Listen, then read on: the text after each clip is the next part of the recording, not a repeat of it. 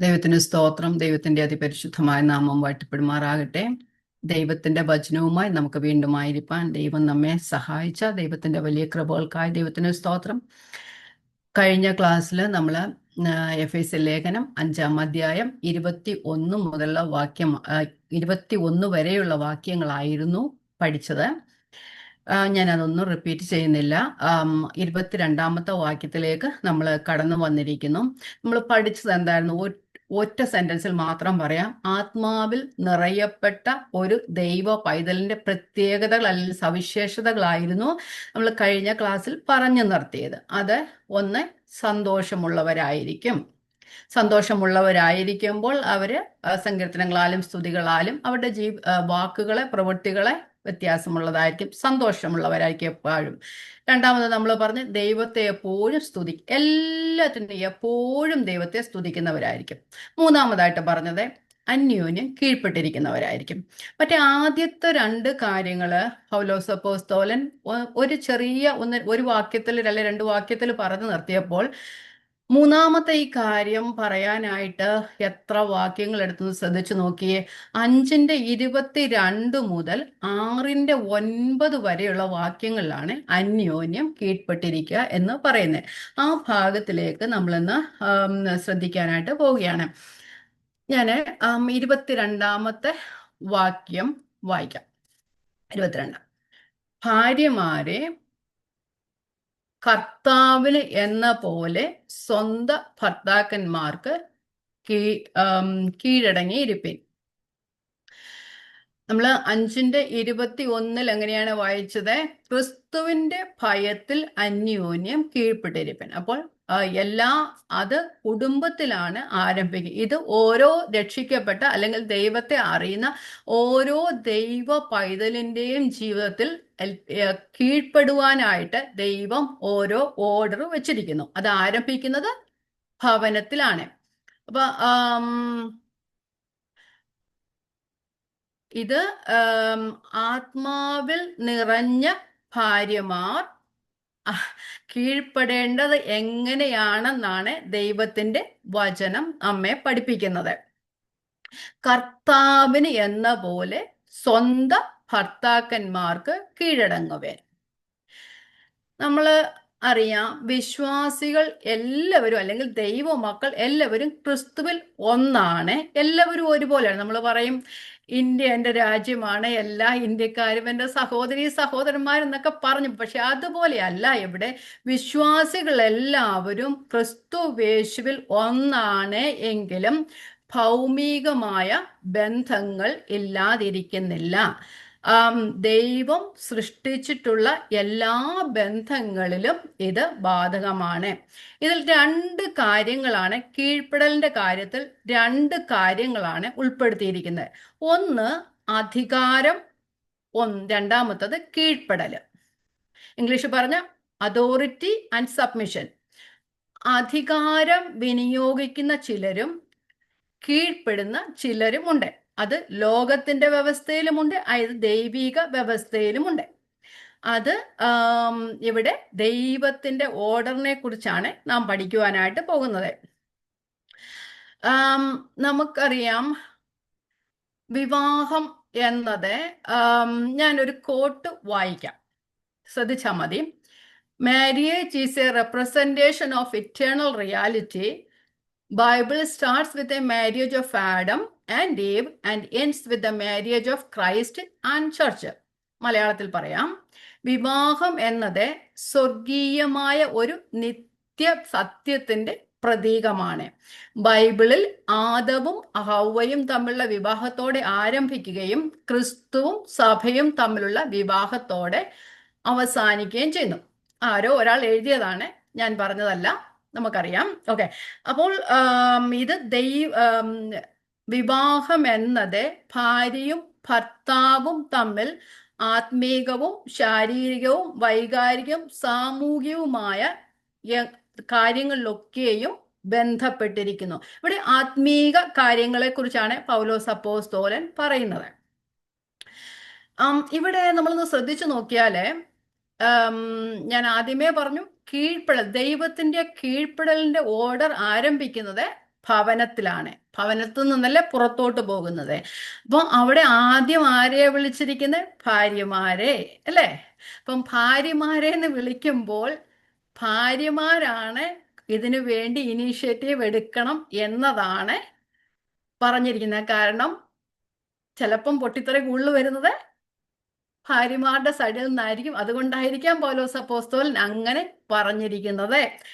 Anyway, നമുക്ക് ദൈവം കുടുംബത്തിലും പ്രകൃതിയിലും ദൈവത്തിൻ്റെതായ ഒരു ഓർഡർ വെച്ചിരിക്കുന്നു. പ്രത്യേകിച്ച് ഞാൻ ഒന്ന് പറഞ്ഞു വിടാം, എന്നിട്ട് നമ്മൾ 1 കൊരിന്ത്യർ ലേഖനം 11-ാം അധ്യായത്തിന് 3 മുതലുള്ള വാക്യങ്ങളാണ് വായിക്കാനായിട്ട് പോകുന്നത്. അവിടെ ആ ദൈവത്തിന്റെ ഓർഡർ എന്ന് പറഞ്ഞാൽ ദൈവം, ക്രിസ്തു, ഭർത്താവ്, ഭാര്യ, മക്കൾ, അതാണ്. അപ്പൊ അത്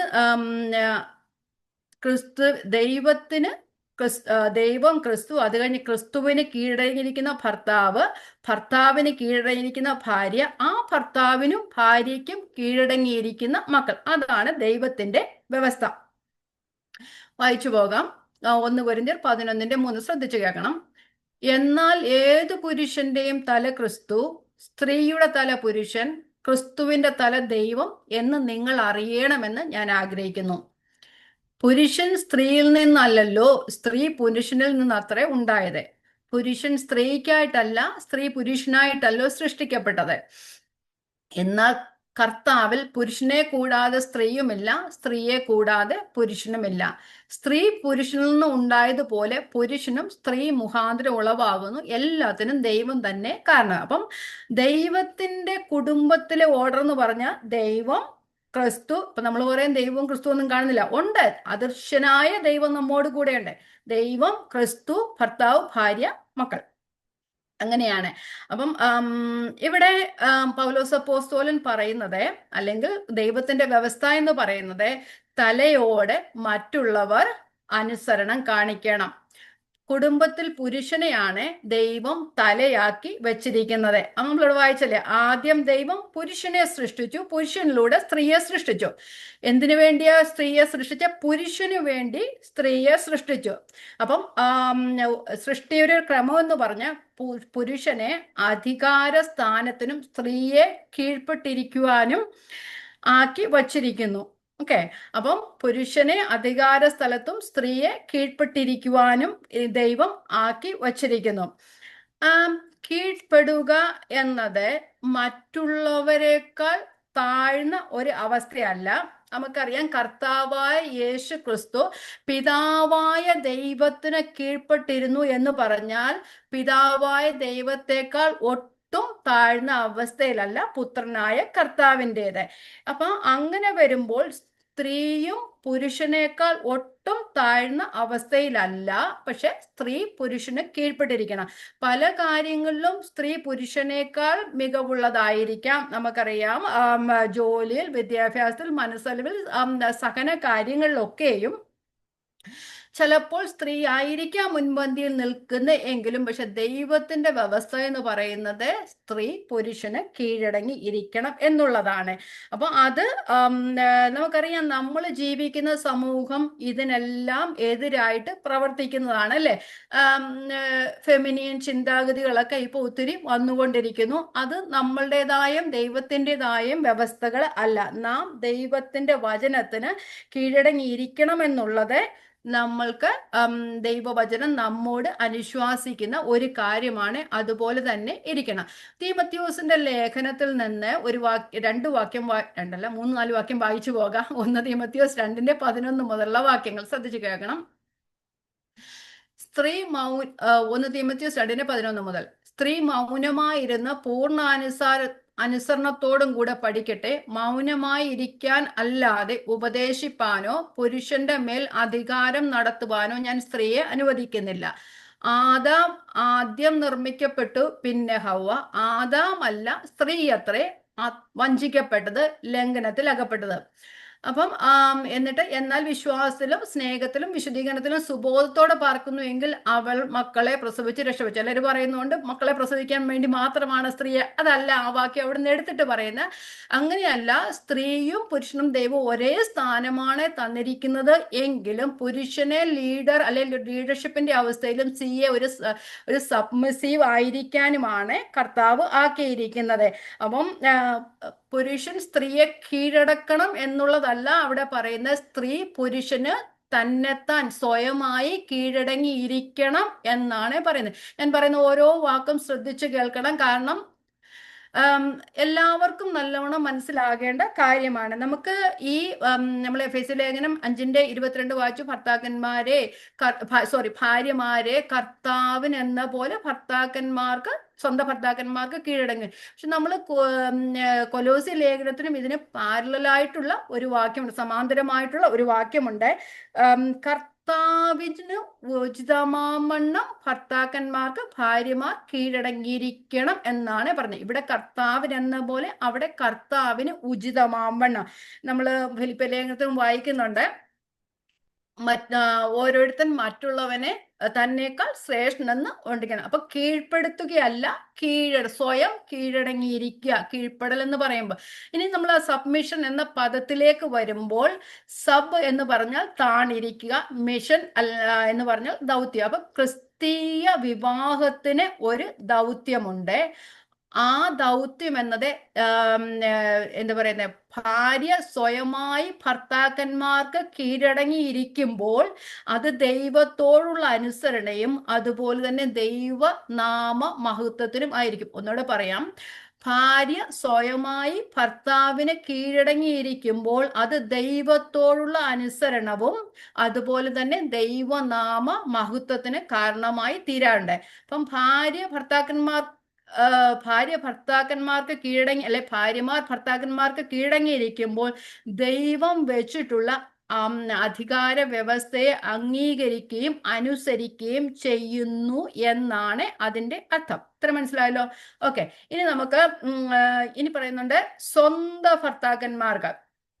എല്ലാ പുരുഷന്മാർക്കും കീഴടങ്ങിയിരിക്കണമെന്നല്ല പറയുന്നത്. അത് ജനറൽ ആയിട്ടുള്ള ഒരു സബ്മിഷൻ അല്ല. സ്വന്തം ഭർത്താക്കന്മാർക്ക് ഭാര്യമാർ കീഴടങ്ങിയിരിക്കണം. അപ്പൊ സ്വന്തം ഭർത്താക്കന്മാർക്ക് എന്ന് പറയുമ്പോൾ ഒരു ഭാര്യയ്ക്ക് ഒരു ഭർത്താവ്. അപ്പം ആ submit to one man, personal intimate പൊസിഷനെയാണ് അവിടെ പറയുന്നത്. നമ്മൾ കൊരിന്ത്യർ വായിക്കുന്നുണ്ട്, ഭാര്യ ഭർത്താവിനും ഭർത്താവ് ഭാര്യയ്ക്കും കീഴ്പ്പെട്ടിരിക്കട്ടെ എന്ന് പറയുന്നുണ്ട്. അപ്പൊ ഇവിടെ ഞാൻ ആദ്യം പറഞ്ഞതുപോലെ മാരേജ് ദൈവം വെച്ചിട്ടുള്ള വ്യവസ്ഥയാണ്. അവിടെ ദൈവത്തിനും ക്രിസ്തുവിനും കീഴടങ്ങിയിരിക്കുന്ന ഭർത്താവും ആ ഭർത്താവിന് കീഴടങ്ങിയിരിക്കുന്ന ഭാര്യയും അവർക്ക് കീഴടങ്ങിയിരിക്കുന്ന മക്കൾ. അപ്പൊ ഇവിടെ നമ്മൾ രണ്ട് കാര്യങ്ങളാണ് കാണുന്നത്. ഒന്ന് ലോർഡ്ഷിപ്പ് ഓഫ് ക്രൈസ്റ്റ്, രണ്ട് headship of man in Christ എന്ന് പറഞ്ഞാല് ക്രിസ്തുവിന്റെ കർത്തൃത്വവും അതുപോലെ ക്രിസ്തുവിന്റെ കർത്തൃത്വത്തിന് വിധേയമായിരിക്കുന്ന ആ ഭർത്താവിന്റെ നേതൃത്വ സ്ഥാനവുമാണ്. അപ്പം ഭാര്യയും ഭർത്താവും ക്രിസ്തുവിന് കീഴടങ്ങിയിരിക്കണം, ആ ഭർത്താവിന് കീഴടങ്ങിയിരിക്കുന്ന ഭാര്യയും അതുപോലെ തന്നെ ക്രിസ്തുവിന് കീഴടങ്ങിയിരിക്കുന്ന ഭർത്താവും ഭാര്യയും. അപ്പൊ രണ്ടുപേരും ക്രിസ്തുവിന് കീഴടങ്ങിയിരിക്കണം. ഇത് ദൈവത്തിന്റെ കൽപ്പനയാണ്. ഭയം കൊണ്ടുള്ള അനുസരണമല്ല, സ്നേഹത്താലുള്ള ദൈവ വ്യവസ്ഥയോടുള്ള കീഴ്പ്പെടൽ ആണ്. അപ്പം lordship of Christ, headship of man in Christ. അപ്പം ക്രിസ്തുവിന്റെ നേതൃത്വവും ആ ക്രിസ്തുവിന് കീഴടങ്ങിയിരിക്കുന്ന മനുഷ്യന്റെ അല്ലെങ്കിൽ ഭർത്താവിന്റെ നേതൃത്വ സ്ഥാനവുമാണ് നമ്മളിവിടെ കാണാൻ കഴിയുന്നത്. ഭാര്യമാരെ കർത്താവിനെന്ന പോലെ സ്വന്തം ഭർത്താക്കന്മാർക്ക് കീഴടങ്ങുവേൻ. ഇനി നമുക്ക് 23-ാമത്തെ വാക്യത്തിലേക്ക് പോകാം. 23-ാമത്തെ വാക്യം, ക്രിസ്തു ശരീരത്തിന്റെ രക്ഷിതാവായി സഭയ്ക്ക് തലയാകുന്നത് പോലെ ഭർത്താവ് ഭാര്യയ്ക്ക് തലയാകുന്നു. ക്രിസ്തു ശരീരത്തിന്റെ രക്ഷിതാവായി സഭയ്ക്ക് തലയാകുന്നത് പോലെ ഭർത്താവ് ഭാര്യയ്ക്ക് തലയാകുന്നു. അപ്പം ഇവിടെ ഭാര്യ ഭർത്താവിന് കീഴടങ്ങിയിരിക്കാനുള്ള ഒന്നാമത്തെ കാരണം 22-ാമത്തെ വാക്യത്തിൽ പറഞ്ഞു. അതെന്ത്? ആസ് ടു ദ ലോർഡ്, കർത്താവിന് എന്നതുപോലെ. അതിൻ്റെ ആ ഭാര്യ ഭർത്താവിന് കീഴടങ്ങിയിരിക്കുന്നതിന്റെ മോട്ടീവ് ക്രിസ്തുവിനെന്ന പോലെയാണ്. അപ്പം ക്രിസ്തുവിനോടുള്ള അനുസരണവും അതുപോലെ തന്നെ ബഹുമാനവും കൊണ്ടാണ് ഭാര്യ ഭർത്താവിന് കീഴടങ്ങി ഇരിക്കട്ടെ, ക്രിസ്തുവിന് എന്ന പോലെ. അപ്പം കർത്താവിന്റെ കൽപ്പനയാണ് അതനുസരിക്കുക. ഭാര്യ ഭർത്താവിന് കീഴടങ്ങിയിരിക്കുന്നത് ഭർത്താവിനോടുള്ള സ്നേഹമുണ്ട്. സ്നേഹം കൊണ്ട് മാത്രമല്ല, ദൈവത്തോടുള്ള അനുസരണവും അതുപോലെ. ഒന്നുകൂടെ പറയാം. ഭാര്യ ഭർത്താവിന് കീഴടങ്ങിയിരിക്കുന്നത് ഭർത്താവിനുള്ള അനുസരണത്തെക്കാളും അധികമായി, അല്ലെങ്കിൽ ഭർത്താവിനുള്ള അനുസരണത്തെക്കാളും ബഹുമാനത്തെക്കാളും അനുസരണമായി ക്രിസ്തുവിനോടുള്ള അനുസരണമാണ്. അപ്പൊ നാം ക്രിസ്തുവിന്റെ ഭാര്യ ഭർത്താവിന് കീഴടങ്ങിയിരിക്കുമ്പോൾ നാം ഭൂമിയിലുള്ള അനുസരണത്തെക്കാളും അധികമായി ദൈവിക വ്യവസ്ഥയ്ക്കും കീഴടങ്ങിയിരിക്കുന്നു, അതിനെ അനുസരിക്കുന്നു എന്ന അവസ്ഥയിലാണ്. മനസ്സിലായല്ലോ? അപ്പൊ നമ്മളെ ഏൽപ്പിച്ചിരിക്കുന്ന സ്ഥലത്ത് നാം ദൈവത്തിന്റെ ഓർഡറിനെ അനുസരിക്കുമ്പോൾ നാം ദൈവത്തെ അനുസരിക്കുന്നതിന് ഒപ്പമാണ്. അപ്പൊ മനുഷ്യരെക്കാളും ദൈവത്തെ അനുസരിക്കുന്നത് ഉചിതമെന്ന് വചനത്തിൽ പലതവണ പറഞ്ഞിട്ടുണ്ട്. ഓക്കെ, ഇനി രണ്ടാമത്തെ കാര്യം ഇവിടെ പറയുന്നത്, ഭാര്യ ഭർത്താവിനെ അനുസരിക്കേണ്ടതിന്റെ രണ്ടാമത്തെ കാരണം പറയുന്നത് ഭർത്താവ് ഭാര്യയുടെ തലയാണ്. ഭർത്താവ് ഭാര്യയുടെ തലയാണ്. അപ്പം തലയ്ക്ക് ഹെഡ്ഷിപ്പും അതോറിറ്റിയും ഉണ്ട്.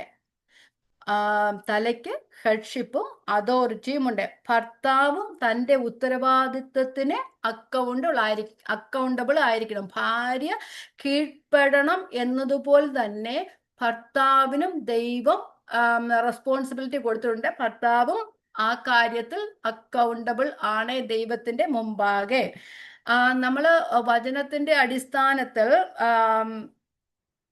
പറയുമ്പോൾ 1 കൊരിന്ത്യർ 11-ാം അധ്യായത്തിലും വായിക്കുന്നില്ല, അതുപോലെ തന്നെ 1 തീമോഥെയോസ് 3-ലും കാണുന്നത് മനുഷ്യൻ ആദ്യം സൃഷ്ടിക്കപ്പെട്ടു, പിന്നെ സ്ത്രീ പുരുഷനിൽ നിന്നല്ല,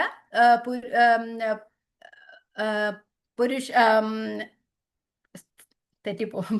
സ്ത്രീ പുരുഷനിൽ നിന്നല്ല, സ്ത്രീ പുരുഷനിൽ നിന്നും പുരുഷനായിട്ടും സൃഷ്ടിക്കപ്പെട്ടു എന്ന് നമുക്ക് കാണുവാനായിട്ട് കഴിയും. അപ്പം സൃഷ്ടിയിൽ പുരുഷനാണ് മുൻഗണന ഉള്ളത്. ഉൽപ്പത്തി പുസ്തകം 2:18 നമ്മളിങ്ങനെ വായിക്കുന്നുണ്ട്, ദൈവം പറയുന്നുണ്ട്, മനുഷ്യന് തക്കതായ ഒരു തുണയെ ഞാൻ ഉണ്ടാക്കി കൊടുക്കുമെന്നല്ലേ പറഞ്ഞേ. അപ്പൊ ആ തുണ എന്ന് പറയുന്നത് ഹെൽപ്പർ എന്നാണ്. അപ്പൊ ഒരു സഹായി എന്നാണ് അവിടെ അർത്ഥമാക്കിയിരിക്കുന്നത്. അപ്പം പുരുഷന് എപ്പോഴും സഹായമായി അല്ലെങ്കിൽ ഒരു ഫിറ്റിംഗ് ആയിട്ട് ഒരാൾ ഉണ്ടായിരിക്കണം. പുരുഷൻ ഒന്നാമതായി സൃഷ്ടിക്കപ്പെട്ടു എന്ന് മാത്രമല്ല, സകല സൃഷ്ടിയെയും വാഴുവാനുള്ള അധികാരവും ദൈവം ആർക്കാ കൊടുത്തിരിക്കുന്നത്? സ്ത്രീക്കാണോ കൊടുത്തിരിക്കുന്നത്? അല്ല, പുരുഷനാണ് കൊടുത്തിരിക്കുന്നത്. അവിടെ പറയുന്നത് തന്നെ ലോർഡ് ഓഫ് ഓൾ ക്രിയേഷൻസ്. പുരുഷനെ ദൈവം സൃഷ്ടിക്കുകയും സകലത്തെയും വാഴുവാനുള്ള അധികാരം കൊടുത്തു. അന്ന് നമുക്കറിയാം, പുരുഷനെ ദൈവം സൃഷ്ടിച്ചു കഴിഞ്ഞപ്പം സകല മൃഗങ്ങളെയും മനുഷ്യന്റെ മുമ്പേ നടത്തിയിട്ട് പറഞ്ഞു അവർക്കൊക്കെയും പേരിന്. അതുപോലുമുള്ള അധികാരം ദൈവം ആർക്കാ കൊടുത്ത? പുരുഷനാണ് കൊടുത്തിരിക്കുന്നത്. അപ്പൊ അങ്ങനെ പുരുഷനെ ഒരു നേതൃത്വ പദവിയിലേക്ക് ദൈവം ആക്കി വെച്ചിരിക്കുകയാണ്. അവിടെ 4 കാര്യങ്ങളാണ് പുരുഷന് കൊടുത്തിട്ടുള്ളത്. ഞാൻ പറഞ്ഞു പോകാം. 1 leadership, 2 lordship, 3 authority and power. അപ്പൊ ഇതാണ് ദൈവത്തിന്റെ അടിസ്ഥാനപരമായ ക്രമം എന്ന് പറയുന്നത്. ഒന്നുകൂടെ പറയാം: leadership, lordship, authority and power. അപ്പൊ ദൈവം ഈ പുരുഷന് ഈ അധികാരങ്ങൾ കൊടുത്തത് വീഴ്ചയ്ക്ക് ശേഷമല്ല, മനുഷ്യൻ പാപത്തിൽ വീണതിന് ശേഷമല്ല, പാപത്തിൽ വീഴുന്നതിന് മുമ്പെയാണ് അല്ലേ? അപ്പൊ ആ ക്രിസ്തുവിലുള്ള പുതിയ മനുഷ്യന് ഇത് ബാധകമാണ്. വീഴ്ചയ്ക്ക് മുമ്പും വീഴ്ചയ്ക്ക് ശേഷവും ദൈവത്തിന്റെ ക്രമത്തിന് ഒരിക്കലും മാറ്റം വരുന്നില്ല. അതുകൊണ്ട് മനുഷ്യൻ അതിനെ ഓൾട്ടർ ചെയ്യാനും നമ്മളെ ദൈവം അനുവദിച്ചിട്ടില്ല. ഒരു ഒരു ഭക്തൻ ഇങ്ങനെയാണ് പറഞ്ഞത്: വിവാഹത്തിന് ശേഷം സ്ത്രീ തൻ്റെ ലാസ്റ്റ് നെയിം മാറുന്നതും വചനപരമാണ് എന്നാണ് പറഞ്ഞിരിക്കുന്നത്. പുരുഷൻ പേര് മാറ്റുന്നില്ല, നമുക്ക് സ്ത്രീകൾ മാത്രമേ പേര് മാറ്റുന്നുള്ളൂ. അത് ക്രിസ്ത്യാനികളുടെ മാത്രമല്ല, മുഴുവൻ ലോകത്തിൻ്റെയും ക്രമമാണ്. വിവാഹത്തിന് ശേഷം സ്ത്രീകൾ പേര് മാറ്റുന്നത്, പുരുഷന്മാർ അതുപോലെ തന്നെ ഇരിക്കുന്ന. അപ്പൊ ഇവിടെ പറയുന്നുണ്ട്, തിരിച്ചു വാക്യത്തിലേക്ക് വരിക: ക്രിസ്തു ശരീരത്തിന്റെ രക്ഷിതാവായി സഭയ്ക്ക് തലയായിരിക്കുന്ന പോലെ. അപ്പം സ്ത്രീ പുരുഷനെ കീഴടങ്ങേണ്ട അതിന്റെ ഒന്നാമത്തെ കാരണം നമ്മൾ പറഞ്ഞത് കർത്താവിന് എന്ന പോലെ. രണ്ടാമത് എന്താ പറഞ്ഞേ? പുരുഷൻ ഭാര്യയുടെ തലയായതിനാൽ പുരുഷന് ആ ഹെഡ്ഷിപ്പ് കൊടുത്തിട്ടുണ്ട്. മൂന്നാമത്തെ കാരണമെന്ന് പറയുന്നത് സഭയും ക്രിസ്തുവും തമ്മിലുള്ള ബന്ധമാണ്. സഭയും ക്രിസ്തുവിലുള്ള ബന്ധമാണ് മൂന്നാമത്തെ കാര്യം. Union between Jesus and Christ. ക്രിസ്തീയ വിവാഹത്തിന്റെ മോഡൽ എന്ന് പറയുന്നത് ക്രിസ്തുവും സഭയുമാണ്. ക്രിസ്തു വിവാഹത്തിന്റെ മോഡൽ ക്രിസ്തു സഭയുടെ തല എന്നത് നമുക്ക് ആർക്കും മാറ്റം വരാത്ത ഒരു സംഭവം. അതെല്ലാം എല്ലാവരും വിശ്വസിക്കുകയും എല്ലാവരും അംഗീകരിക്കുകയും ചെയ്യുന്ന ഒരു സംഭവമാണ് അത്. പക്ഷെ അതുപോലെ തന്നെയാണ് ഭർത്താവും ഭാര്യയുടെ തലയാണ് എന്നുള്ളത്. ക്രിസ്ത്യാനിയായ ഭാര്യ ഭർത്താവിനെ കീഴ്പ്പെടുന്നില്ല എങ്കിൽ ദൈവം വെച്ചിരിക്കുന്ന വ്യവസ്ഥയ്ക്ക് കീഴ്പ്പെടുന്നില്ല, ദൈവത്തെ അനുസരിക്കുന്നില്ല, അല്ലെങ്കിൽ വചനം അറിയുന്നില്ല, വചനത്തിന് കീഴ്പ്പെടുന്നില്ല എന്നതാണ് അതിൻ്റെ അർത്ഥം. ഇവിടെ പറഞ്ഞ ക്രിസ്തു രക്ഷിതാവായി 1 തിമോഥെയോസ് 4:10 പറയുന്നു, നമുക്ക് ക്രിസ്തു സഭയുടെ രക്ഷിതാവെന്ന് പറയുമ്പോൾ സകല സൃഷ്ടികളുടെ എങ്ങനെയാണ് രക്ഷിതാവെന്ന്? സകല സൃഷ്ടികളുടെയും രക്ഷിതാവാണ്. സകല സൃഷ്ടികളുടെയും രക്ഷിതാവാണ് ക്രിസ്തു എങ്കിലും അവിടെ പ്രത്യേകിച്ച് പറയുന്നുണ്ട് വിശ്വാസികളുടെ രക്ഷിതാവാണ് എന്ന് പറയുന്നുണ്ട്. തിമോഥെയോസ് 4:10, 1 തിമോഥെയോസ് 4:10. അതിനായിട്ട് തന്നെ നാം സകല മനുഷ്യരുടെയും പ്രത്യേകം വിശ്വാസികളുടെയും രക്ഷിതാവായ ജീവനുള്ള ദൈവത്തിൽ ആശ്രയിച്ച് അധ്വാനിച്ചും പോരാടിയും പോകുന്നു. ക്രിസ്തു സഭയുടെ രക്ഷിതാവാണ്. അപ്പം ക്രിസ്തു സഭയെ സ്നേഹിച്ചു, തന്നെത്താൻ അവൾക്കു വേണ്ടി ഏൽപ്പിച്ചു കൊടുത്തു എന്നാണ് വചനം പറയുന്നത്. അത് നമുക്ക് കാണാൻ കഴിയുന്ന 25:26 മുതൽ 26ഉം 27ഉം വാക്യത്തിലാണ്. ക്രിസ്തു എങ്ങനെയാണ് സഭയുടെ രക്ഷിതാവാകുന്ന, ശരീരത്തിന് രക്ഷിതാവായി സഭയ്ക്ക് തലയായിരിക്കുന്ന എങ്ങനെയാണ് വായിക്കാം. 26ഉം 27ഉം വാക്യങ്ങൾ: അവൻ അവളെ വചനത്തോടു കൂടിയ ജലസ്നാനത്താൽ വെടിപ്പാക്കി ശുദ്ധീകരിക്കേണ്ടതിനും കറ ചുളുക്കം മുതലായവ ഒന്നും ഇല്ലാതെ സഭയെ ശുദ്ധയും നിഷ്കളങ്കയുമായി തനിക്കു തന്നെ തേജസ്സോടെ മുൻനിർത്തേണ്ടതിനും തന്നെത്താൻ അവൾക്ക് വേണ്ടി ഏൽപ്പിച്ചു കൊടുത്തു. ഒന്നുകൂടെ വായിക്കാം, ശ്രദ്ധിക്കണം. അവൻ അവളെ വചനത്തോടു കൂടിയ ജലസ്നാനത്താൽ, ക്രിസ്തു സഭയെ വചനത്തോടു കൂടിയ ജലസ്നാനത്താൽ വെടിപ്പാക്കി വിശുദ്ധീകരിക്കേണ്ടതിനും കറ ചുളുക്കം മുതലായവ ഒന്നുമില്ലാതെ സഭയെ ശുദ്ധയും നിഷ്കളങ്കയുമായി തനിക്ക് തന്നെ തേജസ്സോടെ മുൻനിർത്തേണ്ടതിനും തന്നെത്താൻ അവൾക്കു വേണ്ടി ഏൽപ്പിച്ചു കൊടുത്തു. അത് കഴിഞ്ഞിട്ട് പറയുന്നത്, ഔവനം ഭർത്താക്കന്മാരും തങ്ങളുടെ ഭാര്യമാരെ ക്രിസ്തു സഭയെ എങ്ങനെ കരുതിയോ അതുപോലെ തന്നെ ഭർത്താക്കന്മാരും തങ്ങളുടെ ഭാര്യയെ കരുതേണ്ടതാകുന്നു. ഇവിടെ 5 റെസ്പോൺസിബിലിറ്റിയാണ് പുരുഷന്റേതായിട്ടും പറയുന്നത്. 1 കീപ്, 2 പ്രിസർവ്, രണ്ടും കൂടി മലയാളത്തിൽ പറയുകയാണ് ഭദ്രമായി സൂക്ഷിക്കുക. ക്രിസ്തു സഭയെ ഭദ്രമായി സൂക്ഷിച്ചു, അതുപോലെ വെറുതെ സൂക്ഷിക്കല്ല, ഭദ്രമായി സൂക്ഷിക്കുക. ഇനി 3 ഗാർഡ് എന്ന് പറഞ്ഞാൽ സംരക്ഷിക്കുക. 4 ഷീൽഡ് ചെയ്യുക, കവചമായി നിൽക്കുക. അഞ്ചാമത് പ്രൊവൈഡ് ചെയ്യുക, നൽകുക. ഇതെല്ലാം ഉണ്ടാകുന്ന സ്നേഹത്തിൽ നിന്നാണ്. ക്രിസ്തു സഭയെ പാപത്തിൽ നിന്നും മരണത്തിൽ നിന്നും ഒക്കെയും രക്ഷിച്ചു, അല്ലെ? നമ്മൾ പാപികളായിരിക്കുമ്പോൾ, ശത്രുക്കളായിരിക്കുമ്പോൾ, നാം ദൈവത്തോട് ബന്ധമില്ല, സമാധാനമില്ലാതിരിക്കുമ്പോഴാണ് ക്രിസ്തു നമുക്ക് വേണ്ടി തന്നെത്താൻ ഏൽപ്പിച്ചു കൊടുത്തത്. അങ്ങനെയാണ് ക്രിസ്തു സഭയെ സ്നേഹിച്ചത്. അപ്പം അതുപോലെ തന്നെയാണ് ഭർത്താക്കന്മാരും ഭാര്യമാരെ സ്നേഹിക്കേണ്ടത്. അപ്പോൾ ഇവിടെ പറയുന്നു, കറ ചുളുക്കം ഒന്നുമില്ലാത്തതായി സഭയെ തനിക്ക് തന്നെ വിശുദ്ധിയും നിഷ്കളങ്കയുമായി ശുദ്ധീകരിക്കേണ്ടതിന് കർത്താവ് അങ്ങനെ സഭയെ ചെയ്തതുപോലെ തന്നെ ഭർത്താക്കന്മാരും ഭാര്യമാരെ സ്നേഹിക്കേണ്ടതും കരുതേണ്ടതുമാണ്. എന്തിനു വേണ്ടി? കറയും ചുളുക്കവും ഒന്നുമില്ലാതെ സഭയെ ദൈവസന്നിധിയിൽ നിർത്തേണ്ടതിന് വേണ്ടിയിട്ട്. അങ്ങനെയാണെങ്കിൽ കുടുംബത്തിന്റെ കാര്യത്തിലും ഭർത്താക്കന്മാർ ഭാര്യമാരെ കർത്താവിന്റെ മുമ്പിൽ വിശുദ്ധിയും നിഷ്കളങ്കയുമായി നിർത്തേണ്ടത് ആരുടെ റെസ്പോൺസിബിലിറ്റിയാണ്? പുരുഷന്റെ റെസ്പോൺസിബിലിറ്റിയാണ്. വചനം പഠിക്കാനുള്ള സാഹചര്യം ഉണ്ടാക്കി കൊടുക്കുക.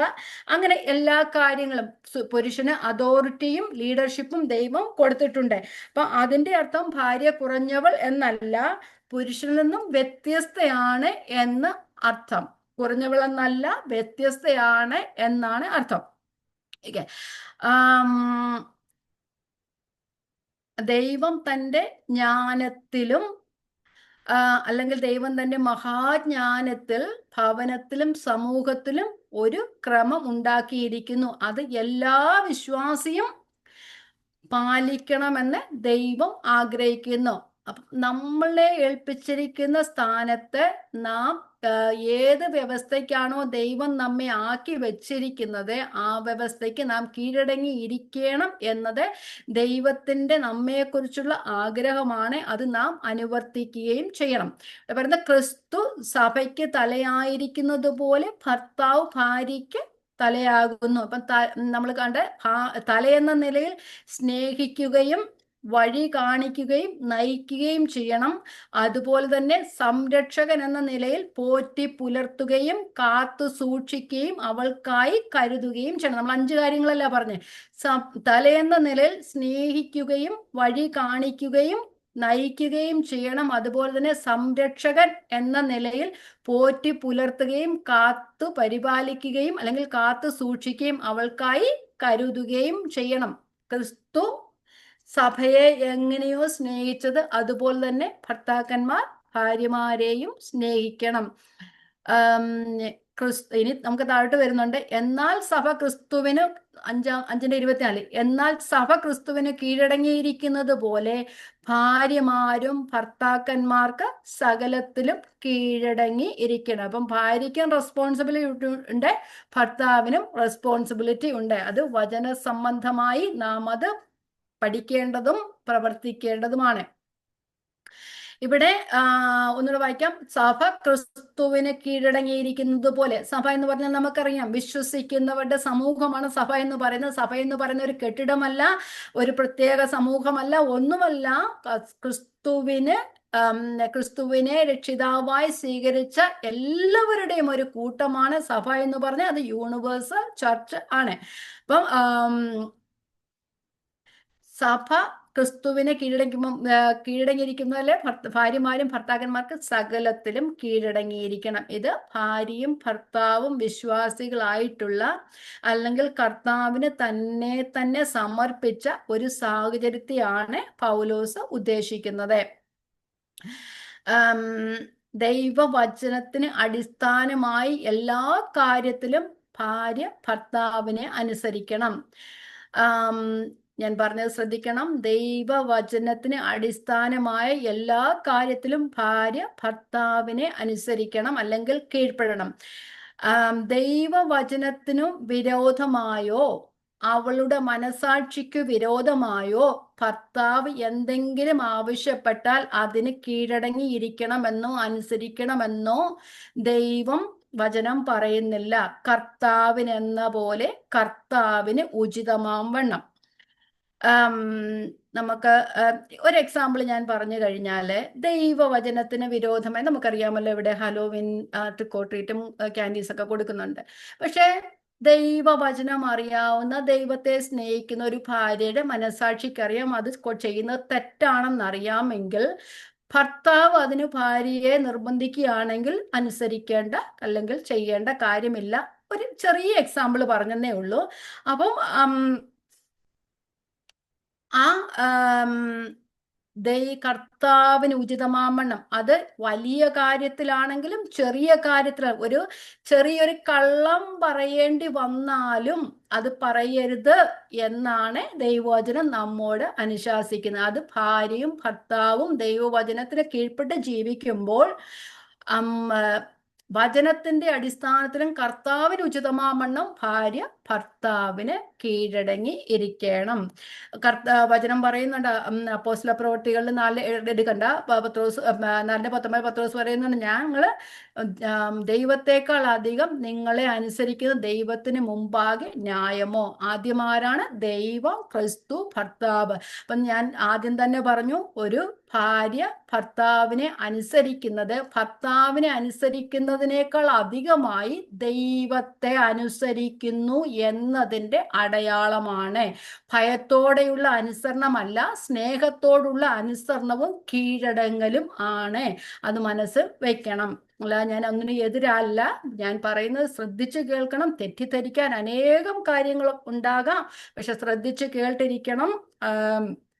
സഭ ക്രിസ്തുവിന് കീഴ്പ്പെട്ടിരിക്കുന്നത് പോലെ തെറ്റായോ വചനത്തിന് വിരുദ്ധമായോ മനസാക്ഷിക്ക് വിരുദ്ധമായോ എന്തെങ്കിലും ചെയ്യുവാൻ പ്രേരിപ്പിച്ചാൽ ചെയ്യണം എന്ന് വചനം അനുശാസിക്കുന്നില്ല. ഒരു ഭക്തൻ പറഞ്ഞത് ഇങ്ങനെയാണ്. 2-3 കാര്യങ്ങളുണ്ട്, ഞാൻ ഒന്ന് വായിച്ചു പോകാം. എൻ്റെ സ്വന്തമല്ല. ഭർത്താവ് ഭാര്യയെ പാപം ചെയ്യാൻ നിർബന്ധിച്ചാൽ അതിന് കൂട്ടാക്കരുത്. ഒരു പാപത്തിനും ഒരു കള്ളത്തിനും സത്യത്തിന് വിപരീതമായ ഒന്നിനും വിശ്വാസികളായ ഭാര്യമാർ കൂട്ടുനിൽക്കാൻ പാടില്ല. ഇനി രണ്ടാമതായിട്ടൊരു കാര്യം പറയുന്നത്, മെഡിക്കലി തീരുമാനമെടുപ്പാൻ കഴിയില്ലാത്ത ഒരു പുരുഷൻ അല്ലെങ്കിൽ ഒരു ഭർത്താവ് ആണെങ്കിൽ, ബുദ്ധിസ്ഥിരത ഇല്ലാത്തതോ സൈക്കോളജിക്കലി ഇഷ്യൂസ് ഉള്ളതോ അല്ലെങ്കിൽ സ്വന്തമായ തീരുമാനമെടുക്കാൻ വയ്യാത്ത ഒരവസ്ഥയിലാവുകയാണെങ്കിലോ അക്കാര്യത്തിൽ ഭാര്യ ഒഴിവുള്ളവളായിരിക്കും. അടുത്തത്, ശാരീരികമായി ഉപദ്രവം അനുഭവിക്കപ്പെടുമ്പോൾ അത് ഭാര്യയ്ക്കും മക്കൾക്കും ശാരീരികമായി അപായം വരുന്നതാണ് അല്ലെങ്കിൽ ജീവന് അപായം വരുന്നതാണെങ്കിൽ അതിൽ നിന്നും ഒഴിവുള്ളവളായിരിക്കും. ഇനി അടുത്തത്, അഡൽട്ടറിയിലേക്ക് നയിക്കുവാൻ ശ്രമിക്കുകയാണെങ്കിൽ കീഴ്പ്പെടേണ്ട കാര്യമില്ല. അങ്ങനെ 3-4 കാര്യങ്ങൾ ഇവിടെ ഞാൻ പറഞ്ഞു. അത് നമ്മൾ ആ വാക്യമായി, ഭാര്യമാരെ കർത്താവിന് എന്ന പോലെ സ്വന്തം ഭർത്താക്കന്മാർക്ക് കീഴടങ്ങുവേൻ. എങ്ങനെയാണ് ക്രിസ്തു ശരീരത്തിന്റെ രക്ഷിതാവായി സഭയ്ക്ക് തലയായിരിക്കുന്നത് പോലെ ഭാര്യമാരും ഭർത്താക്കന്മാർക്ക് കീഴടങ്ങേണ്ടത് ആകുന്നു, അല്ലെ? ക്രിസ്തുവിന് എന്നാൽ സഭ ക്രിസ്തുവിന് കീഴടങ്ങിയിരിക്കുന്ന ഭാര്യമാരും ഭർത്താക്കന്മാർക്ക് കീഴടങ്ങി ഇരിക്കേണ്ടത് ആകുന്നു.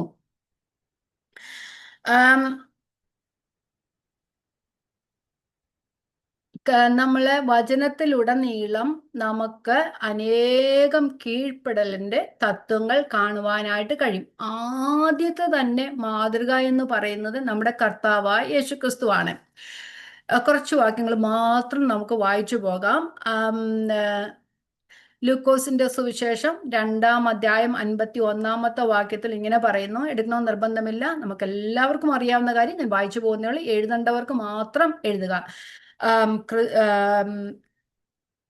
ക്രിസ്തു തന്നെയാണ് നമുക്ക് മാതൃക. പിന്നെ അവൻ അവരോടുകൂടെ ഇറങ്ങി നസ്രത്തിൽ വന്ന് അവർക്ക് കീഴടങ്ങിയിരുന്നു. അപ്പോൾ കർത്താവായ യേശു ക്രിസ്തു 30 വയസ്സുവരെ അപ്പനും അമ്മയ്ക്കും കീഴടങ്ങി ഇരുന്നു എന്നാണ് പറയുന്നത്. ഇനി വിശ്വാസികൾ അധികാരസ്ഥന്മാർക്ക് കീഴടങ്ങിയിരിക്കണം. വിശ്വാസികൾ അധികാരസ്ഥന്മാർക്ക് കീഴടങ്ങിയിരിക്കണം. റോമാലേഖനം 13-ാം അധ്യായം അത് മുഴുവനും പറയുന്നുണ്ട്. കുറച്ചു വാക്യങ്ങൾ മാത്രം ഞാൻ വായിച്ചു പോകാം. ഏതു മനുഷ്യനും ശ്രേഷ്ഠാധികാരങ്ങൾക്ക് കീഴടങ്ങട്ടെ, ദൈവത്താൽ അല്ലാതെ ഒരു അധികാരവുമില്ലല്ലോ. ഉള്ള അധികാരങ്ങളോ ദൈവത്താൽ നിയമിക്കപ്പെട്ടിരിക്കുന്നു. ആകയാൽ അധികാരത്തോട് മറുക്കുന്നവൻ ദൈവ വ്യവസ്ഥയോട് മറുക്കുന്നു. മറുക്കുന്നവരോ ശിക്ഷാവിധി പ്രാപിക്കും.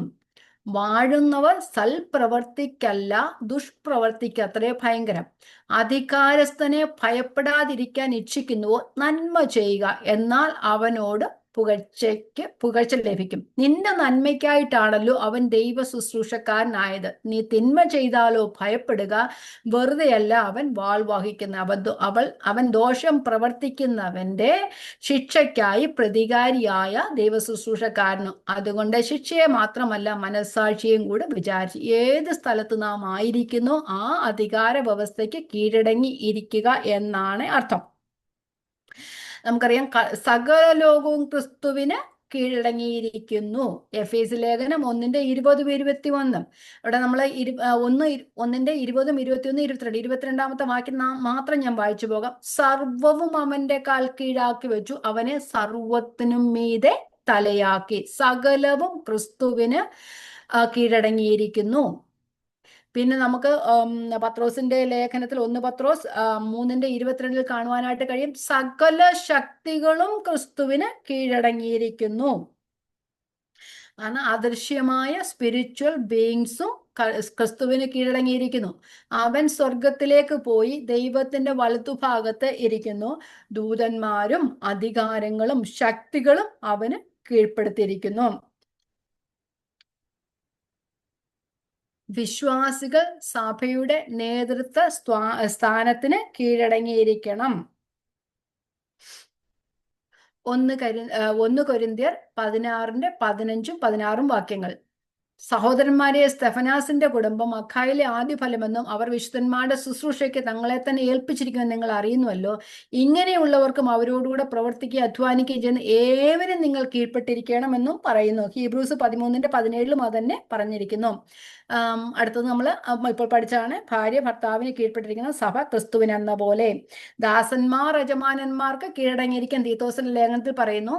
ദാസന്മാർ യജമാനന്മാർക്ക് കീഴടങ്ങി. അതുപോലെ തന്നെ നമുക്കറിയാം എഫേസ്യ ലേഖനത്തിലും കൊലോസ്യ ലേഖനത്തിലും പറഞ്ഞിരിക്കുന്നത്. ദാസന്മാർ നമ്മുടെ രക്ഷിതാവായ ദൈവത്തിന്റെ ഉപദേശത്തെ സകലത്തിലും അലങ്കരിക്കേണ്ടതിന് യജമാനന്മാർക്ക് കീഴടങ്ങി എല്ലാവിധത്തിലും പ്രസാദം വരുത്തുന്നവരും എതിർ പറയുകയോ വഞ്ചിച്ചെടുക്കുകയോ ചെയ്യാതെ സകലത്തിലും നല്ലത് വിശ്വസ്തത കാണിക്കുന്നവരുമായി ഇരിപ്പാൻ ശ്രമിക്കുക.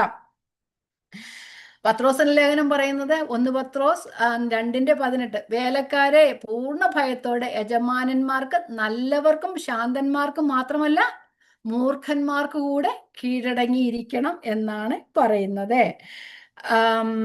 അപ്പൊ അങ്ങനെയെല്ലാം നമുക്ക് എബ്രായലേഖനം 12:9 കാണുന്നുണ്ട്. എല്ലാവരും ദൈവത്തിന് കീഴടങ്ങി ഇരിക്കുന്നു. സകല ആത്മാക്കളും ദൈവത്തിന് കീഴടങ്ങി ഇരിക്കുന്നു എന്ന് പറയും. അപ്പം ഭാര്യയും ഭർത്താവും തമ്മിലുള്ള ആ ഓർഡർ എന്ന് പറയുന്നത് ദൈവത്തിന്റെ ഓർഡറാണ്. ഭർത്താവും ഭാര്യയും തങ്ങളുടെ സ്വയത്തെ മരിപ്പിച്ചുകൊണ്ടുള്ള ഒരു അവസ്ഥയിലായിരിക്കണം. സബ്മിഷൻ എന്ന് പറയുന്നത് തന്നെത്താൻ കീഴ്പ്പെടുന്ന ഭാര്യയും ദൈവം വെച്ചിരിക്കുന്ന കീഴ്പ്പെടൽ അല്ലെങ്കിൽ ലീഡർഷിപ്പിനെ അല്ലെങ്കിൽ ഹെഡ്ഷിപ്പിനെ അംഗീകരിക്കുന്ന ഭർത്താവും. അപ്പം ആ അതോറിറ്റിക്ക് കീഴടങ്ങിയിരിക്കുന്ന ഭർത്താവ് രണ്ടുപേരും ഒരുപോലെ ദൈവത്തിന്റെ മുമ്പിൽ അക്കൗണ്ടബിൾ ആണ് എന്നാണ് അതിന്റെ അർത്ഥം. ഇനി നമുക്ക് അടുത്ത വാക്യത്തിലേക്ക് പോകാം. അടുത്ത വാക്യം 5:25.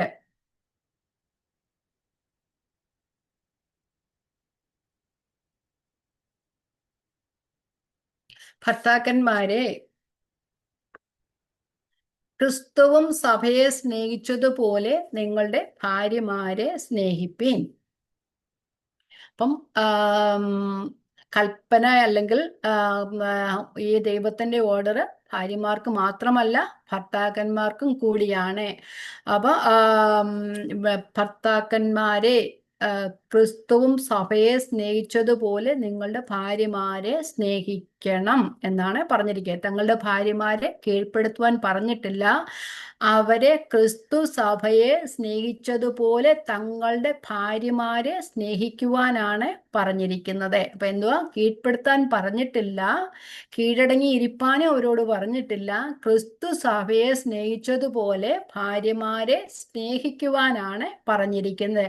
2 തീമോഥെയോസ് 1:7 നമ്മൾ ദൈവം ഭീരുത്വത്തിന്റെ ആത്മാവിനെ അല്ല നമുക്ക് തന്ന ശക്തിയുടെയും സ്നേഹത്തിന്റെയും സുബോധത്തിന്റെയും ആത്മാവിനെയാണ് നമുക്ക് തന്നിരിക്കുന്നത്. അപ്പം ക്രിസ്തീയ ജീവിതത്തിലെ ശക്തി എന്നാൽ അർത്ഥമാക്കുന്നത് സ്നേഹത്തിൽ ചെയ്യുന്ന പ്രവൃത്തി എന്നാണ്. ക്രിസ്തീയ ജീവിതത്തിലെ ശക്തി എന്ന് അർത്ഥമാക്കുന്നത് സ്നേഹത്തിൽ ചെയ്യുന്ന പ്രവൃത്തി എന്നാണ്.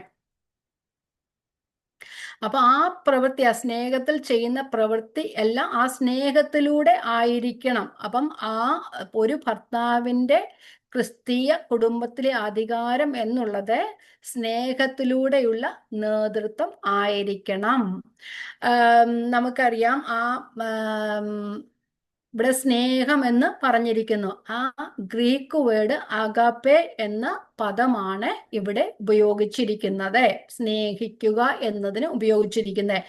പുരാതന ഗ്രീക്കില് നമ്മൾ 1 കൊരിന്ത്യർ 13 പഠിച്ചപ്പോൾ നമ്മൾ ഇതെല്ലാം വിവരിച്ചതായിരുന്നു. എങ്കിലും ഒന്ന് പെട്ടെന്ന് പറഞ്ഞു പോകാം. പുരാതന ഗ്രീക്കില് ഈ സ്നേഹം എന്ന് പറയാൻ അവർ 4 വേർഡായിരുന്നു ഉപയോഗിച്ചിരുന്നത്. മലയാളത്തിൽ നമുക്ക് സ്നേഹം എന്ന പദം മാത്രമേ ഉള്ളൂ.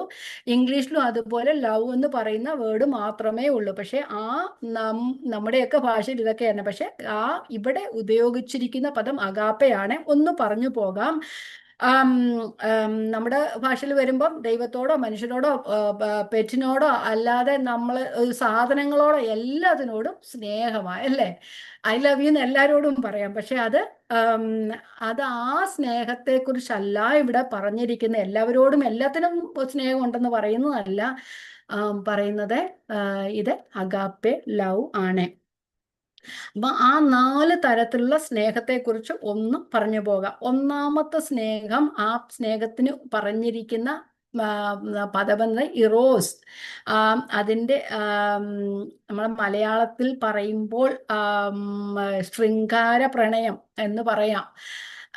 കമിതാക്കൾ തമ്മിലുള്ള സ്നേഹമാണ് ആ ഇറോസ് എന്ന് പറയുന്നത്. ഇത് ലവ് ഡ്രിവൺ ബൈ ഡിസയർ, ആ കാമവികാരത്തിൽ നിന്നുള്ള സ്നേഹത്തെയാണ് അത് പറഞ്ഞിരിക്കുന്നത്. രണ്ടാമത്തേന്ന് പറയുന്നത് സ്റ്റോർജെ. അത് ഫാമിലി ലവ് ആണ്. മാതാപിതാക്കൾ കുഞ്ഞുങ്ങളോടുള്ള സ്നേഹവും സഹോദരങ്ങൾ തമ്മിലുള്ള സ്നേഹവും അല്ലെങ്കിൽ രക്തബന്ധങ്ങൾ തമ്മിലുള്ള സ്നേഹം, ഡ്രിവൺ ബൈ ബ്ലഡ്. മൂന്നാമത്തത് ഫിലിയ. അതെന്ന് പറയുന്ന ബ്രദർലി ഫ്രണ്ട്ഷിപ്പ്, ആഴമായ സുഹൃത്ത് ബന്ധത്തെയാണ് ഇവിടെ ആ പദം കൊണ്ട് ഉദ്ദേശിക്കുന്നത്. ദൈവിക സഹായമില്ലാതെ മനുഷ്യർക്ക് സ്നേഹിക്കാൻ പറ്റുന്ന ഏറ്റവും വലിയ സ്നേഹമാണ് ഫിലിയ എന്നുള്ളത്. അതിന് ദൈവത്തിൻ്റെ സഹായമൊന്നും വേണ്ട. പക്ഷേ അത് എന്താ പറയുന്നത്, ഹൃദയത്തിൽ നിന്നുള്ള സ്നേഹം ആയിരിക്കണമെന്ന് നിർബന്ധമില്ല. അതുകൊണ്ടാണ് പറയുന്നത് ദൈവത്തിൻ്റെ സഹായമില്ലാതെ മനുഷ്യനെ സ്നേഹിക്കാൻ കഴിയുന്ന ഏറ്റവും വലിയ സ്നേഹമെന്ന് പറയുന്നത് സഹോദര ബന്ധം, ഫീലിയ എന്നൊക്കെ ആയിരിക്കാം. പക്ഷെ അഗാപ്പെ ലവ് എന്ന് പറയുന്നത് അത് സ്നേഹത്തിൽ നിന്നുള്ള, സഹനത്തിൽ നിന്നുള്ള ഒരു സ്നേഹമാണ്. സാക്രിഫിഷ്യൽ ലവ് ആണ്. സഹനത്തിൻ്റെ അത് ഏതോ ബന്ധങ്ങളിലോ ഒരു സമയത്തേക്കുണ്ടായ എന്തെങ്കിലും ഒരു ഇമോഷന്റെ ഭാഗമായിട്ടുണ്ടാകുന്ന ഒരു സ്നേഹമല്ല. ആത്മാർത്ഥമായി ഹൃദയത്തിന്റെ അകത്തുനിന്ന് വരേണ്ട ഒരു സ്നേഹമാണ് ആ അഗാപ്പെ ലവ് എന്ന് പറയുന്നത്. ക്രിസ്തു സഭയെ സ്നേഹിച്ചതുപോലെ. എന്ന് പറഞ്ഞാൽ അർഹതയില്ലാത്തതിനെ സ്നേഹിക്കുക. ഞാൻ മുമ്പേ പറഞ്ഞതുപോലെ ദൈവം നമ്മെ സ്നേഹിച്ചു. ഒന്നിനും അർഹതയില്ലാതിരുന്ന സമയത്ത്, നാം ശത്രുക്കളായിരുന്നപ്പോൾ, നാം പാപികളായിരുന്നപ്പോൾ, ദൈവത്തോട് ബന്ധമില്ലാതിരുന്നപ്പോഴാണ് ക്രിസ്തു നമ്മെ സ്നേഹിച്ചത്. അപ്പൊ നമുക്ക് ക്രിസ്തു തന്നത് അർഹതയില്ലാത്തിടത്ത് ദൈവം നൽകിയ ഒരു സ്നേഹം. നമുക്ക് അർഹമായിരുന്ന നരകമായിരുന്നു, നമുക്ക് ദൈവത്തിന്റെ ശിക്ഷാവധിയായിരുന്നു നമ്മൾക്ക് കിട്ടേണ്ടിരുന്ന. അവിടെ നിന്ന് നമുക്ക് അർഹതയില്ലാത്ത ഒരു സ്നേഹം ദൈവം തന്നു. ആ സ്നേഹത്തിനാണ് അഗാപ്പെ ലവ് എന്ന് പറയുന്നത്. അപ്പൊ ഇവിടെയും അത് തന്നെയാണ് പറയുന്നത്. ആ നമുക്കറിയാം, അതിനെ പറയുന്ന ജോൺ 3:16 പറയുന്നുണ്ട്, ദൈവം തന്റെ ഏകജാതനായ പുത്രൻ വിശ്വസിക്കുന്ന ഏവരും നശിച്ചു പോകാൻ നിത്യജീവൻ പ്രാപിക്കേണ്ടതിന് അവനെ നൽകുവാൻ തക്കവണ്ണം ലോകത്തെ സ്നേഹിച്ചു. ഇരുട്ടിന്റെ അതുപോലെ തന്നെ 3:19 പറയുന്നുണ്ട്, ഇരുട്ടിന്റെ പ്രവൃത്തികളെ സ്നേഹിച്ചവരെ സ്നേഹിച്ച ഒരു സ്നേഹം, അല്ലെ? ഇരുട്ടിന്റെ പ്രവൃത്തികൾ, കാരണം മനുഷ്യനെല്ലാം ഇരുട്ടിനെ സ്നേഹിച്ചിരുന്നു, ദൈവത്തെ അനുസരിക്കാതിരുന്ന. അങ്ങനെയുള്ളവരെ സ്നേഹിച്ച ഒരു സ്നേഹം, sacrificial giving and absorbing love, ത്യാഗപരമായി കൊടുക്കുന്ന സ്നേഹം, തന്നെത്താൻ ത്യജിച്ച ഒരു സ്നേഹം, മറ്റുള്ളവർക്ക് വേണ്ടി തന്നെത്താൻ യാഗമായി അർപ്പിച്ച് തൻ്റെ ജീവനെ പോലും വെടിഞ്ഞ് മറ്റുള്ളവർക്ക് വേണ്ടി തന്ന ഒരു സ്നേഹം. അപ്പൊ അത് സാഹചര്യങ്ങൾ അനുസരിച്ചോ എന്തെങ്കിലും സ്ട്രെസ്സിനനുസരിച്ചോ മാറുന്ന ഒരു സ്നേഹമല്ല ഇത്, എന്നേക്കും നിലനിൽക്കുന്ന സ്നേഹം. ആ സ്നേഹം ഓരോ നാളും കൂടിക്കൊണ്ടേയിരിക്കുന്നു. അപ്പൊ അർഹതയില്ലാത്തതിനെ കരുതുന്ന, സ്നേഹിക്കുന്ന ഒരു സ്നേഹം. അതുപോലെ തന്നെ തിരിച്ചു പ്രതീക്ഷിക്കാതെ നൽകുന്ന സ്നേഹം. നാം ദൈവത്തിന് എന്തെങ്കിലും കൊടുത്തിട്ടല്ല ദൈവം നമ്മെ സ്നേഹിച്ചത്. ഇപ്പോഴും നാം ദൈവത്തിന് നല്ലത് ചെയ്തുകൊണ്ടല്ല ദൈവം സ്നേഹിക്കുന്നത്. ദൈവം നമ്മെ സ്നേഹിച്ചിട്ട് നമ്മൾ പിന്നെയും ദൈവത്തിന് വിരോധമായി പ്രവർത്തിക്കുന്നു, എന്നാലും ദൈവം നമ്മെ സ്നേഹിക്കുന്നു. അപ്പൊ അർഹതയില്ലാത്ത, തിരസ്കരിക്കപ്പെട്ടാലും തിരിച്ചു സ്നേഹിക്കുന്ന ഒരു സ്നേഹം. ക്രിസ്തു സഭയെ സ്നേഹിച്ചതുപോലെ ഭർത്താവ് ഭാര്യയെ സ്നേഹിക്കുന്നതിന്റെ സ്റ്റാൻഡേർഡ് എന്താണ്? ക്രിസ്തു സഭയെ സ്നേഹിച്ചതുപോലെ. അതിന്റെ മാതൃക ക്രിസ്തുവാണ്. അപ്പൊ ആ ക്രിസ്തുവിന്റെ സ്നേഹമാണ് ഭർത്താവ് ഭാര്യയോടും കാണിക്കേണ്ടത്. അപ്പൊ ഞാൻ പറഞ്ഞു, അർഹതയില്ലാത്ത ഒന്നിനെയാണ്, ആ സഭയെയാണ് ദൈവം സ്നേഹിച്ചത്. ഒരു ഭക്തൻ പറഞ്ഞത് ഇങ്ങനെയാണ്, അങ്ങനെ അല്ലാത്ത വിവാഹ ജീവിതവും ദൈവപ്രസാദകരമല്ല. അപ്പൊ ആ അർഹതയില്ലാത്ത ഒരു ആളിനെ എങ്ങനെ സ്നേഹിക്കാമോ, എങ്ങനെ ആയിരിക്കണം ഭർത്താവ് ഭാര്യയെ സ്നേഹിക്കുന്നത്? അപ്പം ദൈവം നമ്മളെയും ആദ്യം സ്നേഹിച്ചു. നാം ദൈവത്തെ തിരസ്കരിച്ചാലും വീണ്ടും നമ്മെ സ്നേഹിക്കുന്ന ഒരു സ്നേഹം. ഇതിനെക്കുറിച്ച് C.S. സ്പർജൻ പറഞ്ഞ ഒരു കാര്യം ഞാനൊന്ന് വായിച്ചു പോകാം. ചിലർ പറയും, എന്നെ തിരിച്ചു സ്നേഹിക്കാത്തതിനെ എന്നെ സ്നേഹിക്കാത്തതിനെ ഞാൻ തിരിച്ചു സ്നേഹിക്കണോ എന്ന് ചോദിക്കുന്നവരുണ്ടായിരിക്കാം. വചനത്തിന്റെ അടിസ്ഥാനത്തിൽ പറഞ്ഞാൽ ക്രിസ്തു സഭയെ സ്നേഹിച്ചത് സഭ ക്രിസ്തുവിനെ സ്നേഹിച്ചത് കൊണ്ടല്ല, സ്നേഹിക്കപ്പെടാൻ എന്തെങ്കിലും ഒരു പ്രത്യേകത സഭയ്ക്ക് ഉണ്ടായതുകൊണ്ടോ അല്ല, പിന്നെയോ സഭയെ മനോഹരിയാക്കുവാനാണ് ക്രിസ്തു സഭയെ സ്നേഹിച്ചത്.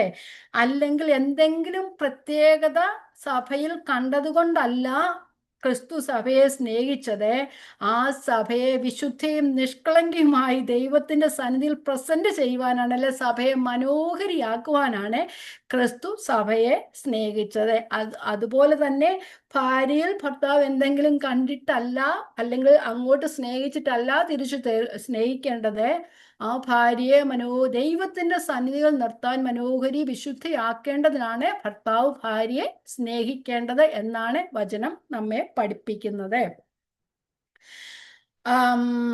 അത് വചനം ഇങ്ങനെയും കൂടെ പറഞ്ഞു, സഭ മനോഹരമായിരിക്കുന്നത് സഭയിൽ എന്തെങ്കിലും പ്രത്യേകത ഉണ്ടായിട്ടല്ല, ക്രിസ്തുവിന്റെ സ്നേഹത്താൽ, ക്രിസ്തു സ്നേഹിച്ചത് കൊണ്ടാണ് സഭ മനോഹരി ആയിരിക്കുന്നത് എന്നാണ് പറയുന്നത്. അപ്പൊ നാം എല്ലാം മനോഹരരായിരിക്കുന്നത് എന്തുകൊണ്ടാണ്? ക്രിസ്തു നമ്മെ സ്നേഹിച്ചത് കൊണ്ട്.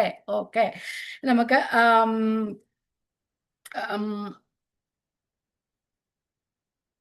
ഇവിടെ രണ്ട് ബന്ധങ്ങളെ കുറിച്ചാണ് ദൈവവചനം പറയുന്നത്. ഒന്ന്, ഭർത്താവിന് ഭാര്യയോടുള്ള സ്നേഹവും ക്രിസ്തുവിന് സഭയോടുള്ള സ്നേഹവും. ക്രിസ്തു സഭയെ സ്നേഹിക്കുന്നത് ക്രിസ്തു മറ്റൊരു സൃഷ്ടിയെയും സ്നേഹിക്കുന്നത് പോലുള്ള സ്നേഹമല്ല, ഒരു സ്പെഷ്യൽ ലഘുവാണ് അഗാപ്പെ ലവ്. അതുപോലെ ഭർത്താവിനും മറ്റുള്ളവരെ സ്നേഹിക്കുന്നത് പോലെയുള്ള സ്നേഹമല്ല ഭാര്യയോടും ഉണ്ടായിരിക്കേണ്ടത്, ഒരു സ്പെഷ്യൽ ലവ് ആയിരിക്കണം. നമ്മുടെ 5:26 പറയുന്നു, തന്നെത്താൻ അവൾക്ക് വേണ്ടി ഏൽപ്പിച്ചു കൊടുത്തു. തൻ്റെ ജീവനെ തന്നെ നൽകിയ സ്നേഹം, സഭയെ നിഷ്കളങ്കിയായി തേജസ്സോടുകൂടെ തനിക്ക് വേണ്ടി മുൻനിർത്തേണ്ടതിന് ക്രിസ്തു നൽകിയ സ്നേഹം. ക്രിസ്തീയ വിവാഹ ജീവിതവും അങ്ങനെ ആയിരിക്കണമെന്നാണ് വചനം നമ്മെ പഠിപ്പിക്കുന്നത്. അപ്പം ഭാര്യയെ ക്രിസ്തുവിന്റെ രാജ്യത്തിനു വേണ്ടി ഒരുക്കുവാൻ വേണ്ടി ഭർത്താവ് ഭാര്യയെ സ്നേഹിക്കണം. അവളുടെ കുറവുകളെ എല്ലാം മാറ്റി സ്നേഹിക്കണം. കുറവുകൾ ഓർത്ത് സ്നേഹിക്കാതിരിക്കരുത്. നമുക്കറിയാം, ഭാര്യ ഭർത്താവും ഓപ്പോസിറ്റ് സ്വഭാവമുള്ളവരായിരിക്കും. നാം രണ്ടുപേരും അങ്ങോട്ടും ഇങ്ങോട്ടും ക്ഷമിക്കുമ്പോഴാണ്, നമ്മളൊരു ക്ഷമയുടെ നെല്ലിപ്പലകി എന്നൊക്കെ പറയും, ക്ഷമിക്കുമ്പോഴാണ് നാം ക്രിസ്തുവിന് അനുസരണപ്പെട്ട് ജീവിക്കുന്നത്. ദൈവം അങ്ങനെയാണ് പ്രത്യേകിച്ചും കുടുംബങ്ങളിലാണ് പ്രശ്നങ്ങൾ കൂടുതൽ ഉണ്ടാകുന്നത്, അല്ലെ? എന്തുകൊണ്ടാ? ദൈവം അങ്ങനെ ആക്കി വച്ചിരിക്കുകയാണ്. നമ്മെ ക്രിസ്തുവിന്റെ സന്നിധിയിൽ വിശുദ്ധരും നിഷ്കളങ്കരുമായി ആക്കേണ്ടതിന് രണ്ടുപേരെ ഒരുപോലെയുള്ള ആളിനെ അല്ല ദൈവം ആക്കുന്നത്. വ്യത്യസ്ത സ്വഭാവങ്ങളിലുള്ള ആൾക്കാരെയാണ് ദൈവം ഒരുമിച്ച് കൂട്ടിയിരിക്കുന്നത്. അന്യോന്യം സ്നേഹിച്ചും ക്ഷമിച്ചും തമ്മിൽ കരുതിയുമുള്ള ഒരു സ്നേഹമാണ്. എന്നാൽ മാത്രമേ നമ്മൾ കുടുംബത്തിൽ ആദ്യം ക്ഷമ പഠിക്കുന്നത്, അല്ലേ? സ്നേഹിക്കാനും പഠിക്കുന്ന കുടുംബത്തിലാണ്. വഴക്കുണ്ടാകുന്നതും കുടുംബത്തിലാണ് ഏറ്റവും കൂടുതൽ, മറ്റുള്ളതിന് അധികമായിട്ട്. അപ്പൊ ഇതെല്ലാം ദൈവം നമ്മെ ക്രിസ്തുവിന്റെ സന്നിധിയിലേക്ക്, ദൈവത്തിന്റെ സന്നിധിയിൽ വിശുദ്ധിയും നിഷ്കളങ്കരുമാക്കേണ്ടത്. അത് ഭാര്യയും ഭർത്താവിനും ഒരുപോലെ, ഭർത്താവും ഭാര്യയും ഒരുപോലെ സഭയുടെ ഭാഗങ്ങളാണ്. ക്രിസ്തു തലയായിരിക്കുന്ന ശരീരത്തിന്റെ ഭാഗങ്ങളായതുകൊണ്ട് രണ്ടുപേരെയും ഒരുപോലെ, ഭാര്യയ്ക്ക് തന്നെയല്ല സഹനം, ഭർത്താവിന് തന്നെയല്ല ബാലശിക്ഷ, രണ്ടുപേർക്കും ഒരുപോലെ, രണ്ടുപേരെ ഒരുപോലെ കർത്താവ് ട്രെയിൻ ചെയ്യുന്നതിനാണ് രണ്ട് സ്വഭാവമുള്ളവരെ ഒരുപോലെ ഭവനത്തിലാക്കിയിരിക്കുന്നത്. അതുകൊണ്ട് ആ ക്രിസ്തു രക്തം ചിന്തി സഭയെ സ്നേഹിച്ചത്, വിലയ്ക്ക് വാങ്ങി സ്നേഹിച്ച ഒരു സ്നേഹമായിരുന്നു കർത്താവിന്റെ സ്നേഹം. അതുപോലെ നമുക്കറിയാം, ആദമിന്റെ നെഞ്ചിൽ നിന്ന്, ആദമിന്റെ നെഞ്ച് പിളർത്തിയ ഹവ്വയെ പുറത്തെടുത്തത്, അല്ലേ? അപ്പൊ ആ സ്നേഹം, ക്രിസ്തുവിന്റെ ചങ്കില ചോരയാൽ നമ്മെ വീണ്ടെടുത്തതുപോലെ ആദമിന്റെ ചങ്ക് തുറന്ന് അവന്റെ റിബ്സ് എടുത്തിട്ടാണ് ഹവ്വയെ സൃഷ്ടിച്ചത്. ആ സ്നേഹം, അപ്പൊ അങ്ങനെ, എന്നിട്ട് ആദമിന്റെ മുമ്പിൽ കൊണ്ടു നിർത്തിയ ഹവ്വയെ ചെയ്തതല്ലേ? ഇവിടെയും അത് തന്നെയാണ് പറയുന്നത്. സ്ത്രീ പുരുഷന്റെ ഭാഗമാണ്. ക്രിസ്തു സഭയെ സ്നേഹിച്ചതുപോലെ ഭർത്താവ് ഭാര്യയെ സ്നേഹിക്കേണ്ടത് ആകുന്നു. അപ്പൊ അവിടെ പറയുന്നത്, തന്നെത്താൻ അവൾക്കു വേണ്ടി ഏൽപ്പിച്ചു കൊടുത്തതുപോലെ അന്യോന്യം സ്നേഹിക്കുകയും കരുതുകയും വേണം. ഹെഡ്ഷിപ്പും അതുപോലെ തന്നെ ആ സബ്മിഷനും കൊണ്ട് തന്നെത്താൻ കീഴടങ്ങിയിരിക്കുന്ന ഭാര്യയും ആ ദൈവത്തിന്റെ കർത്തൃത്വത്തിന് കീഴടങ്ങിയിരിക്കുന്ന ഭർത്താവും, അത് ദൈവം വെച്ചിരിക്കുന്ന വ്യവസ്ഥയാണ്. ദൈവം ഭാര്യയ്ക്കും ഭർത്താവിനും റെസ്പോൺസിബിലിറ്റി തന്നിട്ടുണ്ട്. അന്യോന്യം കരുതുകയും പരിപാലിക്കുകയും സ്നേഹിക്കുകയും ചെയ്യുന്ന ഭർത്താവും ഭാര്യയും, അതുപോലെ തന്നെ ക്രിസ്തുവിന് കീഴടങ്ങിയിരിക്കുന്ന ഭർത്താവിന് കീഴടങ്ങിയിരിക്കുന്ന ഭാര്യയും, അതുപോലെ തന്നെ ക്രിസ്തുവിന് കീഴടങ്ങിയിരിക്കുന്ന ഭർത്താവും ഭാര്യയും, അവർക്ക് ഉണ്ടാകുന്ന മക്കൾ ക്രിസ്തുവിനും കീഴടങ്ങിയിരിക്കണം. അതാണ് ദൈവത്തിന്റെ ഓർഡർ എന്ന് പറയുന്നത്. ഒന്നുകൂടെ പറഞ്ഞു പോകാം. ദൈവം, ക്രിസ്തു, ഭർത്താവ്, ഭാര്യ. ഇതാണ് ദൈവത്തിൻ്റെ ഓർഡർ എന്ന് പറയുന്നത്. അടുത്ത വാക്യത്തിലേക്ക് ഞാൻ പോകുന്നില്ല. നമുക്ക് ബാക്കി അടുത്ത ക്ലാസ്സിൽ പഠിക്കാം. ഈ വചനങ്ങൾ ദൈവം നമ്മെ ഓരോരുത്തരെയും അനുഗ്രഹിക്കട്ടെ. ദൈവത്തിൻ്റെ കൃപ നമ്മളോട് എല്ലാവരോടും കൂടി ഉണ്ടായിരിക്കട്ടെ. ദൈവത്തിന് സ്തോത്രം.